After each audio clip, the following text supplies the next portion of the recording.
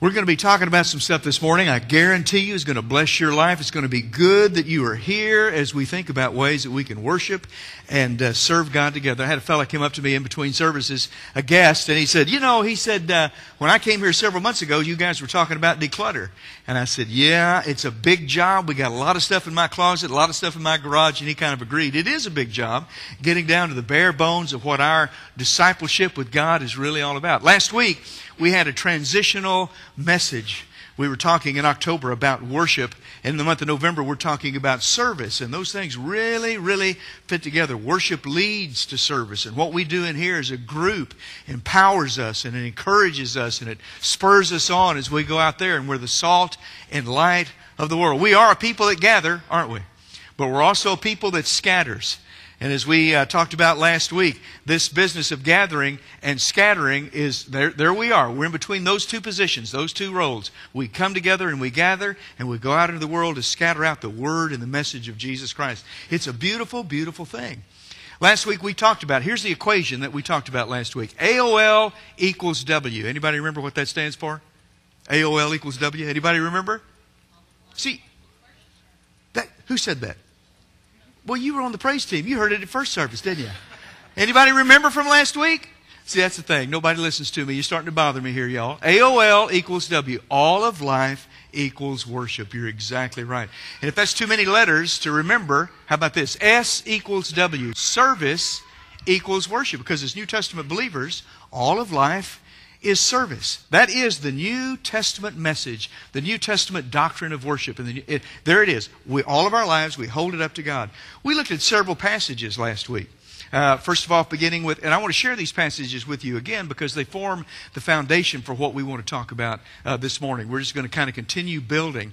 We looked at the poster child passage for the idea of worship and the worship doctrine of worship in the New Testament from Romans 12 and verse 1. There Paul encourages brothers and sisters everywhere, Christians everywhere, to present your bodies as living sacrifices up to God. That's worship language. Whether you're talking about the Old Testament or you're talking about New Testament, whether you're talking about Judaism, whatever that religion might be, sacrifice is a part of what worship is all about. And as New Testament believers, we hold up our bodies. Our bodies are living sacrifices. He says that is your spiritual act of worship. Then we spent some time looking at that word worship. It's the Greek word latruo. We got a kind of doctrinal last week. It's the word latruo, found all over the New Testament, rich in Old Testament heritage. It's word translated as worship. Sometimes it's translated as service. It means roughly the same thing depending upon the context. In the Old Testament, it was a word that described the worship that the average, everyday person would do. It's not what the priest did. It's not what the Levites did. It's what everybody, it's just you and me, going up to the tabernacle or going up to the temple to worship. That would be latruo. And he says, here's what we do. Here's the New Testament idea. As believers, our bodies are the sacrifice. And so we present to God living sacrifices. That is our spiritual act of worship. How that fits in, doesn't it? With the conversation Jesus had with the lady at the well in John chapter 4. When he said, look, the time is coming, it now is, when where you go, that's not the big thing. What you do and how you do some of those things, that's not the key issue. The key issue is that we worship in spirit and in truth. For the real sacrifice of God, Jesus himself, has been offered on the cross. And he has ascended into heaven. He is standing behind the altar, the unseen altar, the altar made without hands. And our spiritual act of worship is you and me presenting our bodies on the altar of sacrifice. That's when we're salt and that's when we're light. It's a beautiful, beautiful thing. And then we looked at several passages in the New Testament where Paul uses that word, and other writers use that word latruo, to describe discipleship. Everything that we do to follow God, that's worship service, right? Even in Romans 1 and verse 9, evangelism is worship. It's a service that we offer up to God, but it's worship. It's service at the same time. We spent some time in Hebrews chapter 12 and verse 28, went all the way down through chapter 13, some verse there in chapter 13, where the Hebrew writer says in chapter 12, he says, look, he says, now it's time, knowing the nature of God and the character of God, it is time that we worship God in reverence and in awe. What does that mean? What does that mean? Is this reverence and awe? He's not talking about whether we raise hands or don't raise hands, whether we clap or don't clap, whether we use instruments or don't use instruments. What he's talking about is how we live our lives, because that's what he goes on to explain starting in chapter 13. Here's how you worship God in spirit and awe, and in reverence and in awe. Chapter 13 and verse 1, what do you do? What do you do? We love each other. It's when brothers love brothers and sisters love sisters and we all love one another. That's worship, service to God. That's the word latruo. It's also, verse 2, he says, let me tell you what it is. It's when you entertain strangers. That's service and worship to God. It's when you visit the prisons, he says in verse 3. That's worship, service to God. It's when you keep your life free from the love of money.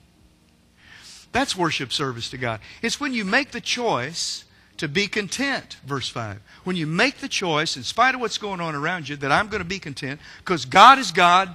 He is the God that is able to help us stand before Him in His presence without fault and in great joy. Amen? That's who He is. And so because of that, we stand before Him. We choose contentment, whatever else is going on in our lives. And on he goes down the way, describing what a life of worship looks like. Now, we talked about religion last week and what it meant to be religious. And then we turn to James chapter 1, verses 26 and 27. And James says, now, do you consider yourself to be religious? He says, if you do, he said, I want you to know what pure and undefiled religion really, really is. I want you to know what that kind of religion, the religion that is acceptable to God, I want you to know what it looks like. And the word that he uses there for religion is the word threskia. Do you remember that? Threskia, it's also one of the 5 worship words. He says, here's what religion is. Here's what worship, and it's a word that referred to the externals of worship.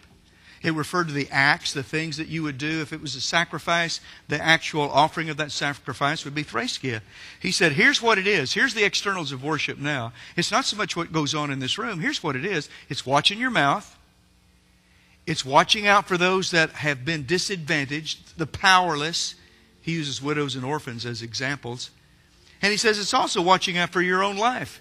Paying attention. We don't live like everybody else in the world. Here's the things about worship that God looks for. What does your life look like? What is your mouth doing? And are you taking care of those around you that don't have the advantages that you have, that don't have the blessings that you have, that are actually powerless in this universe? That's worship. That's pure and undefiled religion. Not so much in here, though in here is important. It's what's going on out there. It's what we're doing with our lives. I issued you a couple of challenges last week. I said, look, here's what I'd like for everybody to do. To be involved in at least one ministry at Sugar Grove. You can be involved in more than that if you want to, but everybody be involved in at least one. Because just to come to church here at this place, you know what? Our elders are thinking, man, that's not really what we're shooting for. And in fact, when you look at the New Testament will say, that's not what it's all about. You're missing out on the big, overall, larger picture of what worship to God is really all about. Everybody be involved in a ministry somewhere. Find one that you really, really, one that'll really give you a buzz. Because usually, if you're finding the one that gives you the buzz, the one that's making you energized, you're probably working in the area of your giftedness. So find at least one. You can do more, but find at least one. And then secondly, the challenge was to do some things that are really stretching you, some things that really push you beyond what you're used to, especially those things that put you in face-to-face contact with the folks that are outside of this room. It's good that we minister to one another, but let me tell you what, we're really salt and we're really light when we're out of this room. Right? What we're going to do here this morning is just kind of look at some examples. I want you to hear about some things. You're going to hear from a couple of folks who are members of this congregation, some things that are going on in their lives, to just kind of think about, to kind of get creative on this business of serving God. I want to tell you about Reyna Garcia. 6 years ago, when Reyna was 24 years old, she got to thinking. It wasn't because she had all that much time to think. She had 2 little children of her own. She's also a nanny, full-time nanny for 2 other children. And she is the director of student activities for a large congregation in Nashville, Tennessee. So it's not like she's looking for something to do, see? But in all of that, everything felt kind of empty. It didn't feel like it was really connecting. It didn't feel like it was the thing that was, she just wanted some more. So her and Aaron got together and they thought, you know what we're going to start doing? We're going to start roking people. Not rocking people, roking people. R-A-O-K. It's an acronym for Random Act of Kindness. You ever heard of that? A lot of folks across the country have jumped on board with that. Some ideas. They got lots of ideas, a lot of discussion about what that's about on the internet. www.roped.com.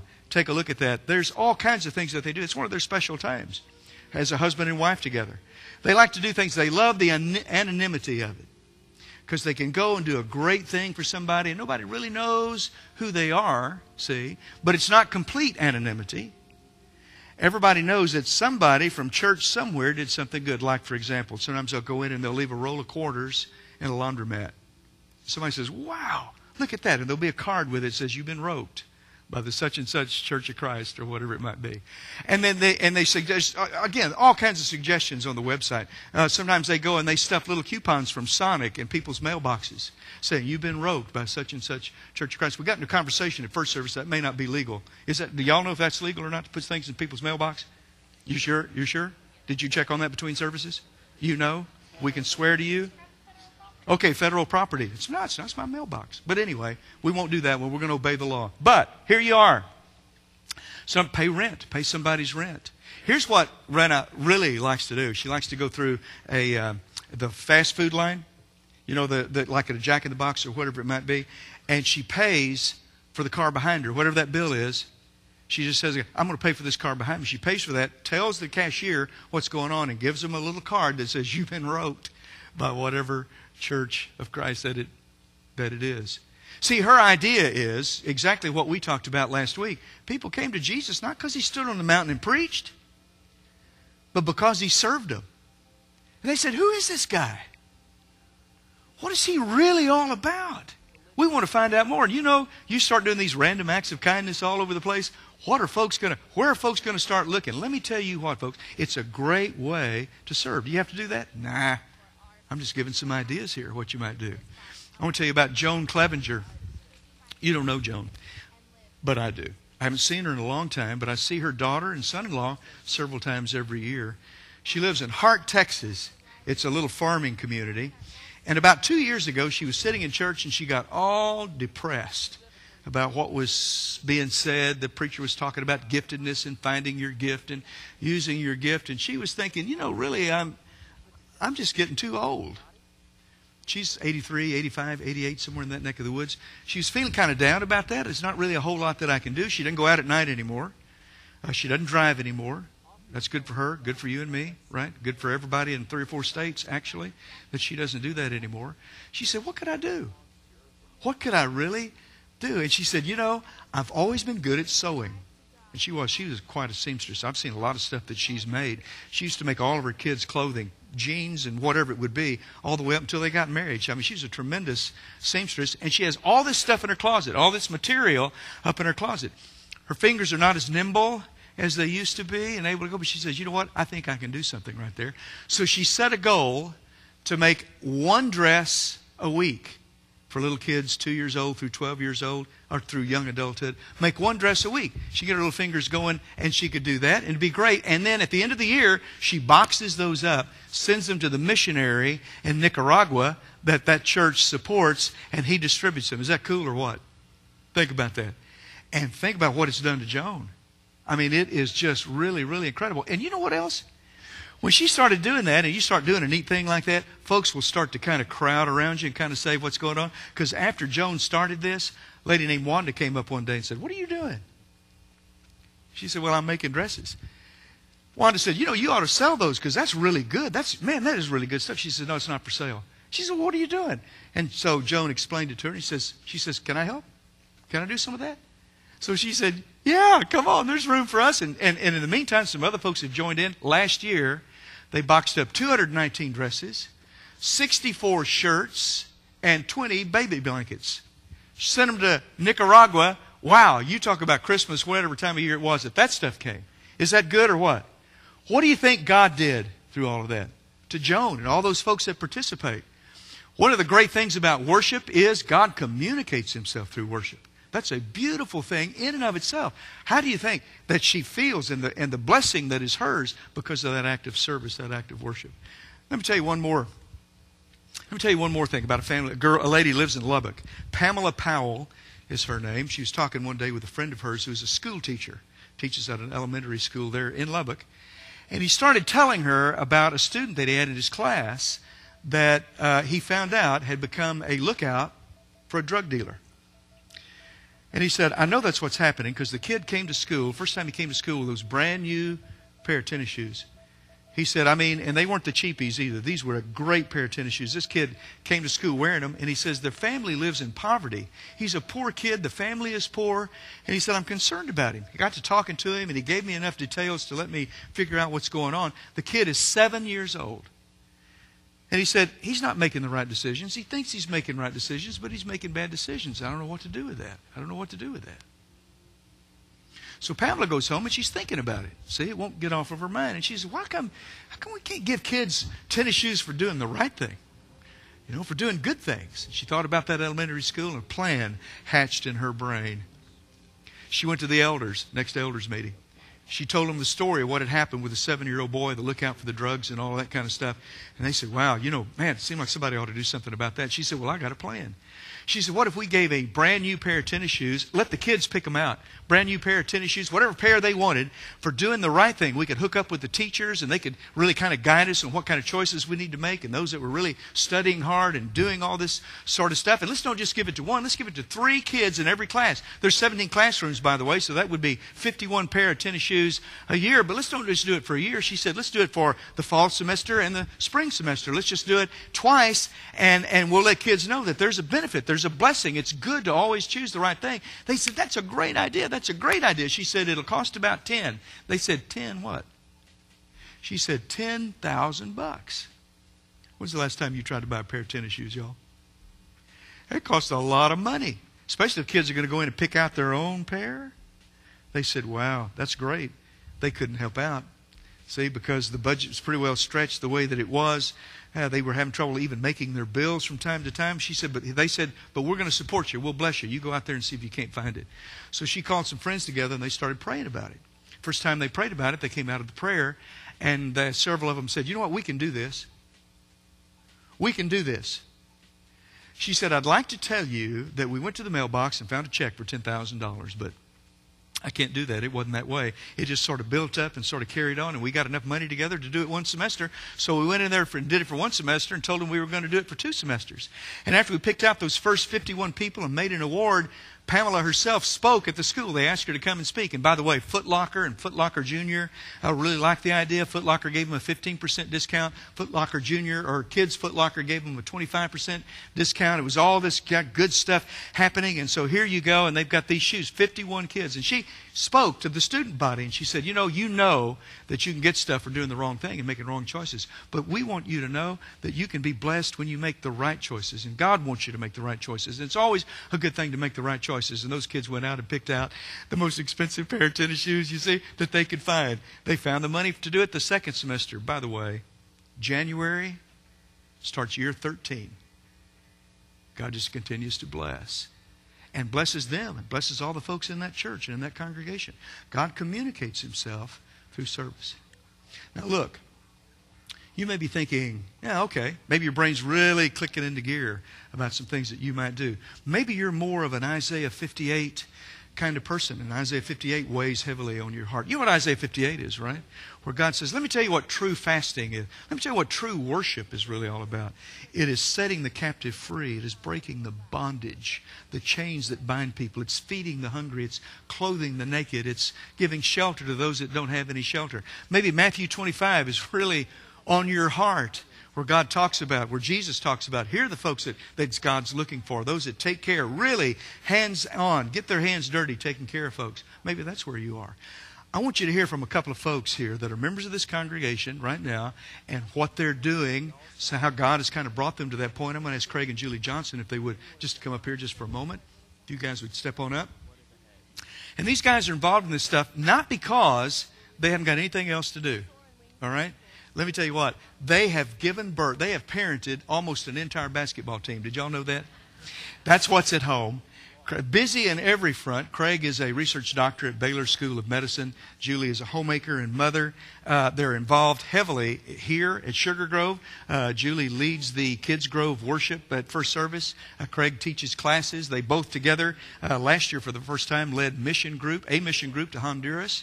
and are looking this year to do the same thing. 33 folks, 33 of you guys have said you want to go to Honduras next year and work with Mission Lazarus. By the way, 2 weeks from today, the founder of Mission Lazarus, Jared Brown, is going to be here at Sugar Grove. He's going to share with us on that morning some things that you can be involved in pretty easily in a field not too far away. So I want you to be looking forward to that. It's going to be good. So these guys have God's moved them to do some kind of things that you don't normally think about. I want them to share that with us this morning, if you would. I think, Craig, you're going to go first if you did it like first service.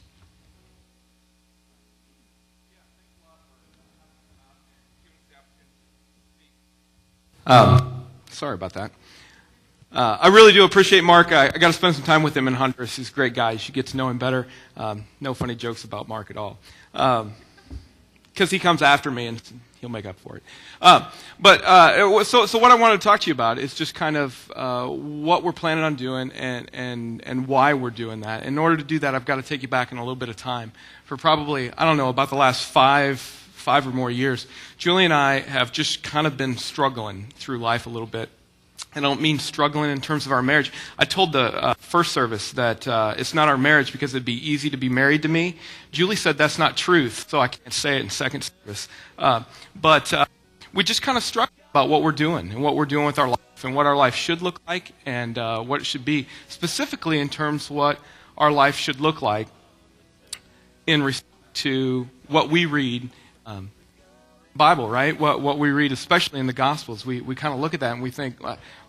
It just doesn't seem to match up the way that we want it to do, the way that we want it to be. These are the things that we were doing and are doing. We come here every time we gather. We try to be in these doors, and we want to be a part of that. We think that's great. We think it's important for all sorts of different reasons.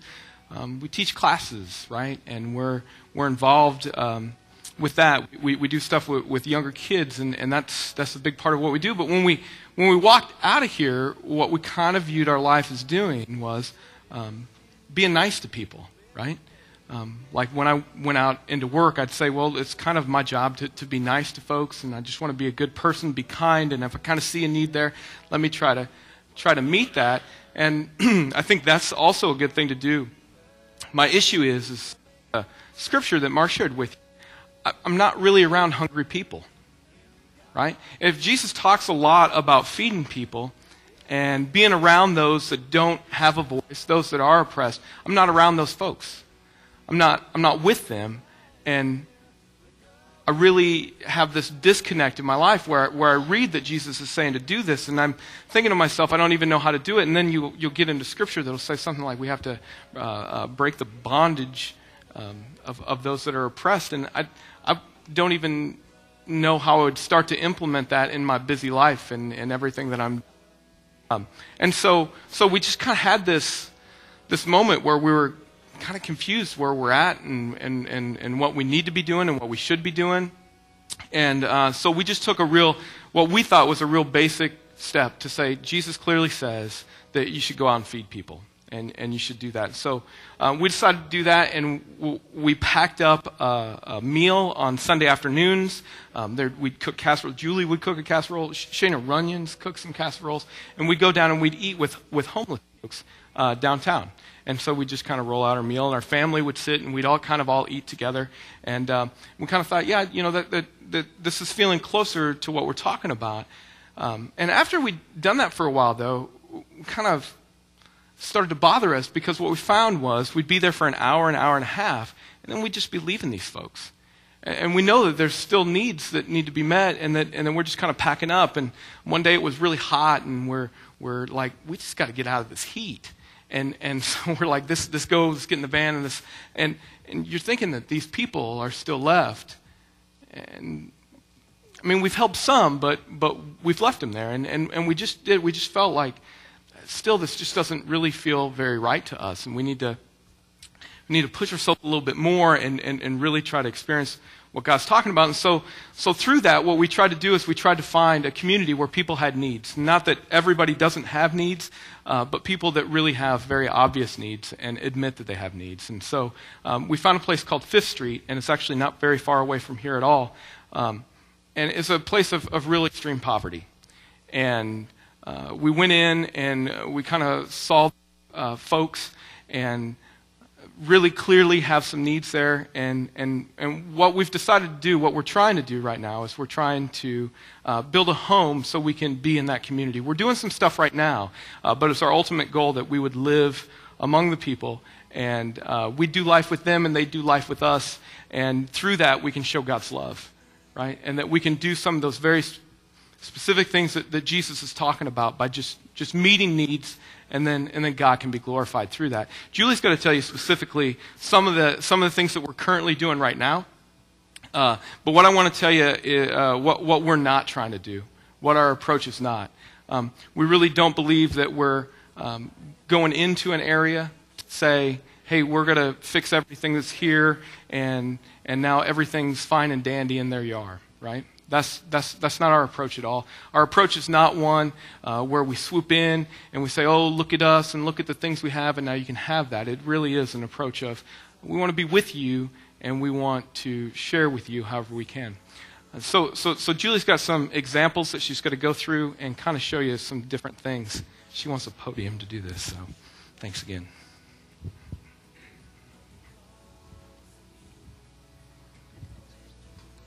Good morning. Okay, I'm going to tell you about Fifth Street. First of all, I'm going to use the word we, but when I'm saying we, I'm not talking about Craig and I. I'm talking about a whole community of people that have joined together. We have a community of people from Sugar Grove and a community of people from Fifth Street that have joined together to do God's work on Fifth. The we also includes our children. We do everything as a family. We have had so much pleasure in serving with our kids. It's been so wonderful to see them. Let me tell you a little bit about Fifth Street. Fifth Street is located in Stafford. It's off of Murphy Road. It's a primarily Hispanic community where extreme poverty is prevalent. We live in Sienna Plantation. We are surrounded by excess and wealth. Fifth Street is less than 6 miles from our house, and we could not believe the poverty that we saw there. We see children live in similar circumstances to what we found in third world countries. There's hunger, poor living conditions, and limited opportunity. The first step that we wanted to follow was just to follow the basic command of Jesus to feed people who are hungry. We meet Sunday nights at our friend's trailer and eat with a large group of people. We bring in food and we formed relationships. Through those relationships, we started to see some very apparent need that we could meet. We have many men in this congregation on Saturdays meet at Fifth Street and repair trailers. We've had the opportunity to work with families with both minor and major trailer repair. We also found that there's a large amount of Fifth Street residents that desire to learn English but lack the resources to make that happen. Lauren Wagner, our friend, has been trained in ESL, so she started English classes on Saturday morning. Our friend Josie told Lauren and I that she wanted to set up ESL classes for years for her neighbors on Fifth Street and believes that God has sent Lauren to her. We also found that the children on Fifth are precious, just like our kids. They're friends with our kids. We do play dates at our house, play dates at their house. We also realize that they can't experience what our children experience because of limited resources. So we spent a Saturday at the zoo and we're planning Christmas parties. There's also an after-school program that's run by some of our friends, and they like to provide the kids with food. Most of these kids don't get three meals a day like our kids. They're lucky to get the meals that they get at school. So some of my friends and I bring fruits and vegetables and rice and beans so that each week the kids can get some stuff at home. I could actually go on. We have a lot of other things, and as people come along beside us, they're bringing ideas into the picture that we're going to be doing. And I want to be clear that we do none of this out of a sense that we need to do a service project. This isn't about helping the poor people that live on Fifth Street that can't take care of themselves. We found that they are just like us. They love their children. They just lack resources. So we are doing all of this to cultivate deep and meaningful relationships.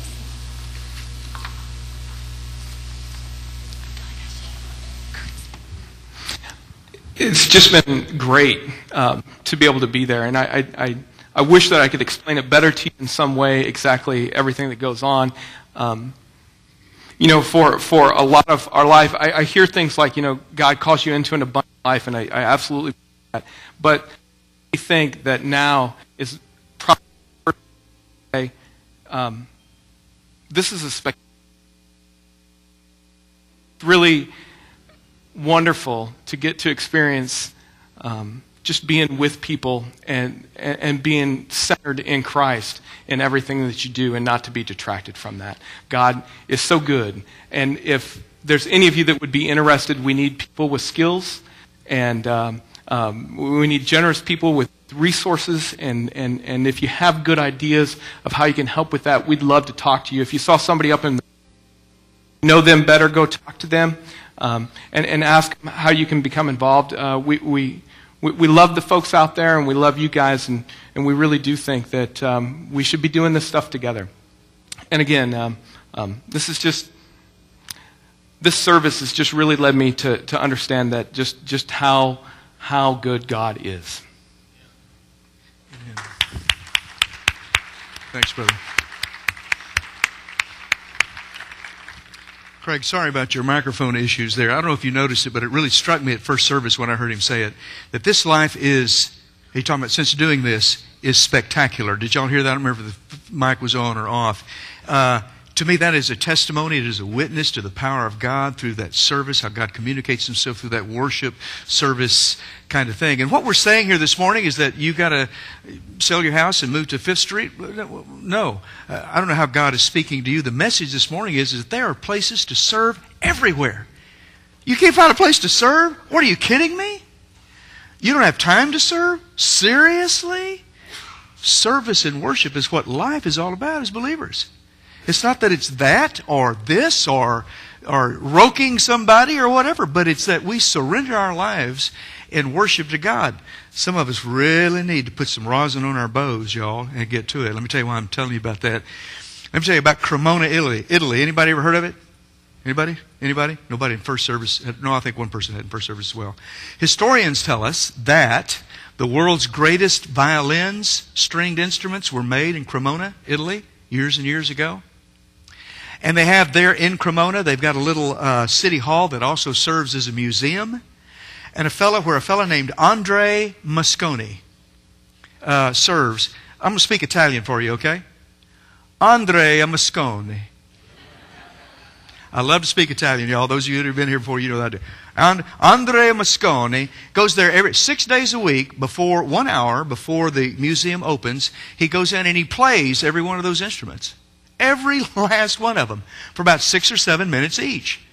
He goes in there and he starts off with the scale, do, re, mi, fa, sol, la, ti, do, and all the way back down again. Then he breaks off into Bach and Tchaikovsky and whatever it might be. After 6 or 7 minutes, he puts that down and he picks up another one.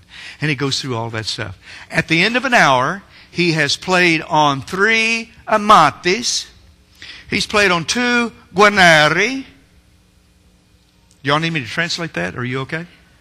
And he's played on 4, that's 3 violins and 1 cello, Stradivari. Loves his job. 36 years he's been doing that. Now, why does he do that? You know why he does that? Here's what they say, and here's a quote from the article. The wood gets tired. The wood gets tired. And if it just sits there and doesn't get played, after a little bit of time, you've got a pile of string and some old wood. And that's about it. According to Carl Roy, who is a German expert in the field, he said, let me tell you what it's like. If you don't ever play it, it's like sitting in your easy chair all day long and you get up feeling kind of crazy. Can you identify with that? Yeah, you can. Yeah, you can. Sit around all day and you feel kind of, crazy, whacked out crazy, nutty, not good at all. Same thing. There's a spiritual truth there. There's a deep spiritual truth there. God wants us to be involved. Service is worship, y'all. And there is so much for us to do. We just need to get off our backsides. Let me tell you what it's about really at Sugar Grove. We're about being the missional people of God. I know a lot of you have heard that term over the last several years, and we've explained it a time or two. I just want to say a couple of words around that. When we talk about being missional, we're not talking about supporting missionaries in a foreign field, though that's part of it. Being missional means that we are here to influence and shape our community. We are salt and light. We are the manure that doesn't need to stay piled up in this little bitty room, but needs to get out so it can be fertile and so it can lead things to be green and bear fruit. We are here to be in our community, witnessing and testifying about God. That's exactly why we're here. And as we do that, folks want to know. Folks want to know. They want to be a part. They want to see that. They want to hear that. And the folks that Craig and Julie are dealing with, I'm going to close here just a second. The folks that Craig and Julie are dealing with are really, really neat folks. Last couple of weeks ago, there was a fun run that the school sponsored. It's called Fun Run, wasn't it? Fun Run. And we had lots of bananas. The church was supplying bananas and waters and oranges and that sort of thing for all the runners as they came through. We wound up having a lot of that stuff left over. So we got Craig and Julie, who happened to be there, and we said, hey, why don't you take this down to Fifth Street? They thought that'd be great because the food, they just don't have an opportunity to get very much fruit in there and fresh fruit and that sort of thing. And so what they did was, there was enough there for so many, but what they decided to do is that they wanted to share that with everybody in this little area that they were in. And so they had their own little food fair at the end of the day. Now, I just want to just think about that just for a moment. Folks that don't have hardly anything, were they going to hoard that stuff? Not at all. Not at all. They want to share that with the folks that were around them. There's a testimony to be made here, folks. Listen. Is there any way we can serve you? We want to know how to do that. Let us know about it as we stand and sing. Lord, make us instruments of your peace. Where there is hatred, let your love increase. Lord, make us instruments of your peace. Walls of pride and prejudice shall cease when we are your instruments of peace. Where there is hatred, we will sow his love. Where there is injury, we will never judge. Where there is striving, we will speak his peace to the people crying for release. We will be his instruments of peace. Lord, make us instruments of your peace. Where there is hatred, let your love increase. Lord, make us instruments of your peace. Walls of pride and prejudice shall cease when we are your instruments of peace. If you would, guys.